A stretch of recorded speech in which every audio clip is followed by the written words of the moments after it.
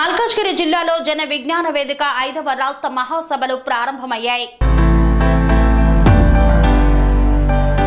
మల్కాజ్గిరి జిల్లా ఏఎస్రావు నగర్లోని అనుపురం కమ్యూనిటీ హాల్లో జ్ఞాన విజ్ఞాన వేదిక 5వ రాష్ట్ర మహాసభలు ఘనంగా ప్రారంభమయ్యాయి. ఈ మహాసభలకు ముఖ్య అతిథులుగా ప్రముఖ రిటైర్డ్ శాస్త్రవేత్త doctor Mahtab Sohrab Bamji, professor Haragopal, Andhra Jyothy senior journalist K Srinivas, పలువురు ప్రముఖులు, జ్ఞాన విజ్ఞాన వేదిక రాష్ట్ర నాయకులు, మహిళలు, యువతీ యువకులు పాల్గొన్నారు. ప్రముఖ సామాజిక విశ్లేషకులు ప్రొఫెసర్ జి హరగోపాల్ విద్యా విధానం వక్రీకరణలు అనే అంశంపై మాట్లాడారు. యూనివర్సిటీల స్వేచ్ఛను ప్రభుత్వం హరిస్తుందన్నారు. మనం ప్రస్తుతం కౌంటర్ రెవల్యూషన్ లో ఉన్నామన్నారు. మానవ సంబంధాలు తీవ్ర సంక్షోభంలో ఉన్నాయని పేర్కొన్నారు. త్యాగాల నుండే జ్ఞానం వచ్చిందన్నారు. పాఠాలు చరిత్రను మారుస్తున్నాయి. కొత్త సమస్య వస్తే కొత్త కోర్సు వస్తుందన్నారు. విద్యారంగం హరించుకుపోతుందని పేర్కొన్నారు. అంబానీ యూనివర్సిటీ పెట్టేందుకు 1000 కోట్లు కేటాయించారు. సమాజం ప్రశ్న దగ్గర ఆగింది అన్నారు. విశ్వవిద్యాలయాలు విద్యా నిర్బంధంలో ఉంది. యూనివర్సిటీల్లో ఒకే భావాజాలానికి సంబంధించిన వారికే రిక్రూట్ చేస్తున్నారు. సమాజంలో సామాజిక చైతన్యం పెరగాల్సిన అవసరం ఎంతైనా ఉంది అని ఈ సభాముఖంగా తెలిపారు.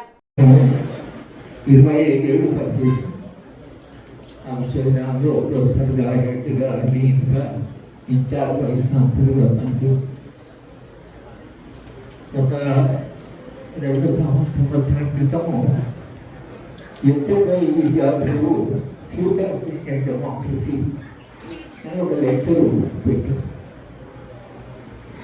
సరే, నేను మా అబ్బాయి కూడా అక్కడ కొంచెం క్లాస్ వెళ్తున్నాం. మా వైపు హైదరాబాద్కు 2 గేట్స్ ఉంది. పెద్ద గేట్, చిన్న గేట్. చిన్న గేట్ కొంచెం మూసింది. ఎందుకు మూసిందని అడిగితే ప్రొఫెసర్ హరగోపాల్ చూస్తున్నాడంట. ఆ ఉపన్యాసాన్ని విశ్వవిద్యాలయం అనుమతి ఇవ్వలేదు. షాపింగ్ కాంప్లెక్స్ చూశారు విశ్వవిద్యాలయంలో. అంటే చాలా గందరగోళంగా ఉంది అని చెప్తే, సరే నేను హరగోపాల్ నాకు తెలియదు కాబట్టి మా అబ్బాయి నాకు రాస్తుందంటే ఆయన యూనివర్సిటీ లేకుంది కాబట్టి కారణం పాఠం చేస్తే లోపల చాలా మంది విద్యార్థులు అయిపోతున్నాయి. కానీ మొత్తం షాపింగ్ కాంప్లెక్స్ చూశారు. నేను మాట్లాడే ముందు రిజిస్ట్రార్ గారు, తర్వాత పబ్లిక్ రిలేషన్ ఆఫీసర్ చూశారు. ఈ 3 కూడా చరిత్రలో ఈ 3 కూడా ఘర్షణ జరిగింది. విద్యారంగానికి 3 రంగాలు: రాజ్యానికి వ్యతిరేకంగా, మార్కెట్కు వ్యతిరేకంగా, మతానికి వ్యతిరేకంగా సరసరి దీర్ఘ సంఘర్షణ జరిగింది. ఈ సంఘర్షణలో ఇవాళ భారతదేశంలో ఉండేటువంటి విద్యారంగ పరిస్థితి ఏమిటి అని అంటే, రాజ్యము ఏది చెప్పాలి అని చెప్పుడు. నిజానికి విశ్వవిద్యాలయ స్వతంత్ర ప్రతిపత్తి గురించి ఒకవేళ మీరు చూస్తే, ఎందుకు విశ్వవిద్యాలయాలు పార్లమెంట్ యాక్ట్ ద్వారా, అసెంబ్లీ ఒక లెజిస్లేచర్ యాక్ట్ ద్వారా ఎందుకు క్రియేట్ అవుతాయి? ప్రభుత్వం జీవో ద్వారా విశ్వవిద్యాలయాన్ని సృష్టించు. దాని వల్ల అది జీవో కలిసిన అంటే గవర్నమెంట్ డిపార్ట్మెంట్, అది ప్రభుత్వం క్రియేట్ చేసేది కాదు. రాజ్యం ఇది ఎందుకు పార్లమెంట్గా పవర్ ఇచ్చారు లెజిస్లేచర్ అంటే, ప్రభుత్వాలకు ప్రజలకు ఉండే సార్వభౌమ అధికారము ఒక విధంగా పార్లమెంటు లెజిస్లేచర్కు ప్రజలు కొంతవరకు ఇచ్చారు. ఆ సార్వభౌమ అధికారం నుంచి విశ్వవిద్యాలయాన్ని క్రియేట్ చేసి, విశ్వవిద్యాలయానికి కంప్లీట్గా అవి సెల్ఫ్ గవర్నింగ్ ఇన్స్టిట్యూషన్స్ అంటాం. ఈ ప్రశ్న వేసినప్పుడు మనకు దానికి సమాధానం చెప్పగలిగే శక్తి కావాలి. నేను ఒక సమావేశంలో రాజస్థాన్లో ఒక ప్రజా కార్యకర్త, దళిత నేపథ్యం నుంచి పనిచేసి అక్కడ కుల వివక్ష ఉందనే కారణం చేత దాని నుంచి బయటకు వచ్చి ఆయన రాజస్థాన్లో పనిచేస్తున్నాడు. తన క్షేత్రస్థాయిలో తన పుస్తకంగా పనిచేస్తున్నాడు. ఆయన పుస్తకం రాశాడు, నేను హిందువులు ఎందుకు కాకుండా పోయాను. ఆయన వేసిన ప్రశ్న చూడండి. మన అంతకుముందు కంచాయి గారి ప్రశ్న తెలుసు మన పుస్తకం. నేను హిందువులు ఎట్లా అవుతాను, హిందువులు ఎట్లా అవుతానంటే ఆయన అందరూ హిందువు అంటున్నారు కాబట్టి నేను హిందువులు కాదు అని చెప్పుకోవడానికి ఆయన ఆర్గ్యుమెంట్ పెట్టాడు.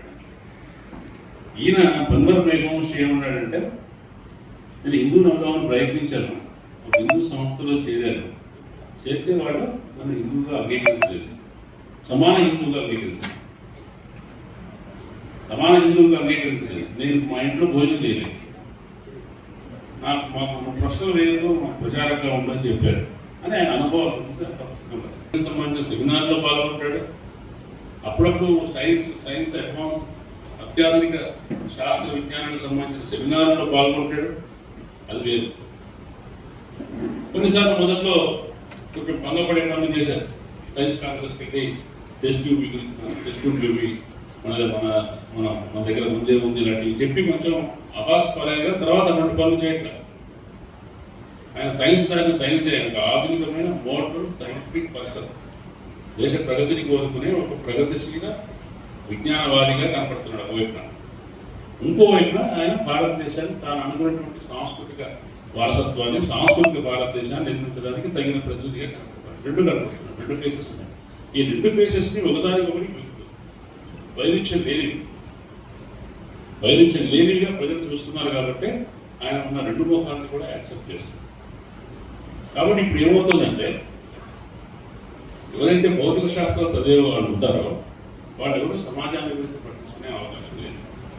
విద్యార్థి తయారవుతున్నటువంటి భౌతిక శాస్త్రం విద్యార్థులు, దాని విద్యార్థులు సగం 30 మంది ప్రొఫెషనల్ కోర్సులో వెళ్ళేవాళ్ళు, వాళ్ళు ఎటువంటి సామాజిక అవగాహన లేకుండానే 10th క్లాస్ ఇంటర్మీడియట్ అయిపోయిన తర్వాత రెండింటికి తప్పు. ఒక్కోసారి అధికారం కూడా కలగలిస్తే అబద్ధానికి ఎక్కువ తోడ్పడు. ఈ అసత్యం ఏంటి? మీరు దీన్ని ఏం డిఫైన్ చేస్తున్నారు? ఇది పోస్ట్ ట్రూత్ సొసైటీ, ఇది సత్యానంతర కాలం. ఈ కాలంలో సత్యం అనేది వాస్తవం మీద ఆధారపడి ఉండదు, విశ్వాసం మీద ఆధారపడి. కేవలం పలానా చోట గుడి ఉందా లేదా, పలానా చోట పలానా రాజు ఓడించాడా లేదా, ఇటువంటి విషయాలే కాదు, పురాతన విషయాలు, చరిత్ర విషయాలే కాదు, సమకాలీన విషయాలు కూడా మనం నిర్ధారించుకోవడం మీద కాకుండా విశ్వసంతరం మీద ఆధారపడుతుంది. ఒకరి చేతిలో ఒక మాంసం ఉందనుకోండి, మాంసం పట్టుకుని వెళ్తున్నాడు రోడ్డు మీద, ఆ పట్టుకుని వెళ్తున్న వ్యక్తి పలానా మతానికి చెందిన వాడైతే దాన్ని బీఫ్ అనుకుంటారు అంతే. అది బీఫా కాదా, అది మటనా చికెనా అనే విషయం చర్చించుకునే సమస్య ఉండదు. మీ వెంటనే మీకు నిర్ధారణ ఏర్పడుతుంది. ఆ విశ్వాసం మీద ఆధారపడి అంచనా వేయడం అంటాడు, వీడైతే ఇది అని మనుషుని పరిణామాన్ని అర్థం చేసుకోవడం అనేది మన విశ్వాసాల ఆధారంగా జరుగుతుంది. ఆ విశ్వాసాలకు అనుగుణమైనటువంటి సత్యాన్ని మనం ప్రొడ్యూస్ చేయొచ్చు. ఎక్కడో బంగ్లాదేశ్లోనో ఎక్కడో నేపాల్లో జరిగిన ఒక సంఘటన పెట్టి అది మన భారతదేశంలో జరిగిన ప్రచారం చేయొచ్చు. చాలా మంది చూస్తారు, చాలా వీడియోస్ ఎక్కడో ఏదో జరిగిపోతుంది, ఎక్కడో ఎవరు చంపేస్తున్నారు, ఎవరో కొడుతున్నారు, ఇటువంటి వీడియోస్ చాలా వస్తాయి. అవి వాస్తవం కాదంటే అది ఎక్కడో జరిగేది, కానీ మన దగ్గర జరిగింది, మనం స్పందించవలసింది కాదు లెక్క ప్రకారం. కానీ మనం స్పందించడం కోసం వాటిని మన మీద మనం చూపిస్తాం. ఇది సత్యంతో ఆపరేట్ చేయడం, సత్యాన్ని మ్యానిపులేట్ చేయడం అనేది శాస్త్రాలకు సంబంధించిన అంశంలోనే కాకుండా రోజువారీ విషయాల్లో కూడా, రోజువారీ దాంట్లో కూడా వస్తుంది. దీన్ని మనం ఎట్లా ఎదుర్కోవాలి, దీన్ని ఎట్లా ఇంత మన ఏదో కొంతవరకు ఏదో గ్రహణాలు తప్పు 50 ఉంటుంది, 60 ఉంటుంది, ఇక్కడ అంతగా లేదు. అట్లానే యువకులు ఉన్నారు, నేను చెప్పను పూర్తి యువకులే ఉన్నారని. ఎందుకంటే యువకులు ఏం చేస్తున్నారో మనకు తెలియదు, యువకులు ఏం మాట్లాడుతున్నారో తెలియదు, కమ్యూనికేట్ చేయట్లేదు. నిన్న ఆయన బ్యాంక్ బ్రహ్మర్షి చెప్పినట్టుగా మనం ఆ జనరేషన్ పూర్తిగా వాళ్ళు మనతో లేరు.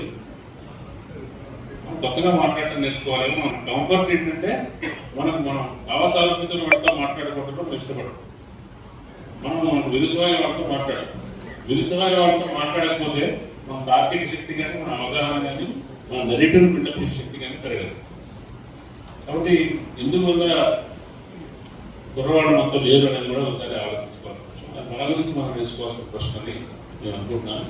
సమాజంతో ఇంటరాక్ట్ అయ్యే ముందు, సమాజాన్ని సంస్కరించే ముందు, సమాజాన్ని మనం అనుకున్న పరిస్థితిలో మరమ్మతు చేయాలనే ముందు మన ఉద్యమాలన్నీ కూడా లోపలికి చూసుకొని లోపలికి ప్రశ్నించుకోవాల్సిన అవసరం ఉంది. హైదరాబాదాన్ని మన మీద మనకు అప్లై చేసుకోవాల్సిన అవసరం ఉంది. ఈ అవకాశం నాకు ఇస్తుంది.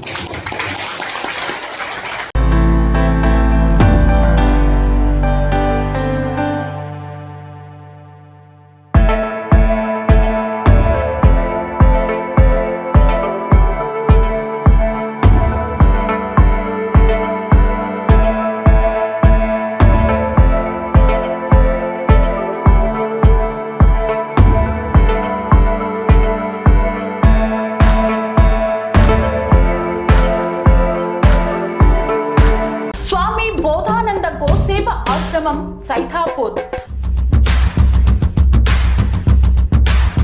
జ్యోతిష్యం, వాస్తుశాస్త్రం మన పూర్వీకులు మనకిచ్చిన వరం.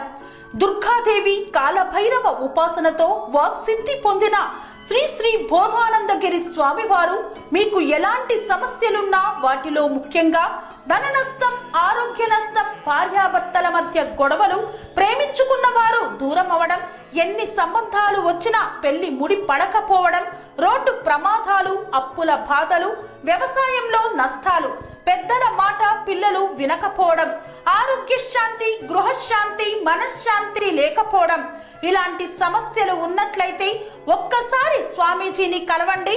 మీ సమస్యలకు తగిన పరిష్కారాన్ని పొందండి. అంతేకాక అన్ని రకాల వ్యాధులకు గోపంచకవ్య మరియు మూలికా వైద్యం చేయబడును. నమ్మకంతో రండి, ఆయురారోగ్యాలతో వర్ధిల్లండి. మా అడ్రస్ స్వామి బోధానంద గోసేవ ఆశ్రమం, సైథాపూర్, వీరభద్రస్వామి గుడి దగ్గర, యాదగిరిగుట్ట. సంప్రదించవలసిన నెంబర్ 9849213754 మరియు 9618034138.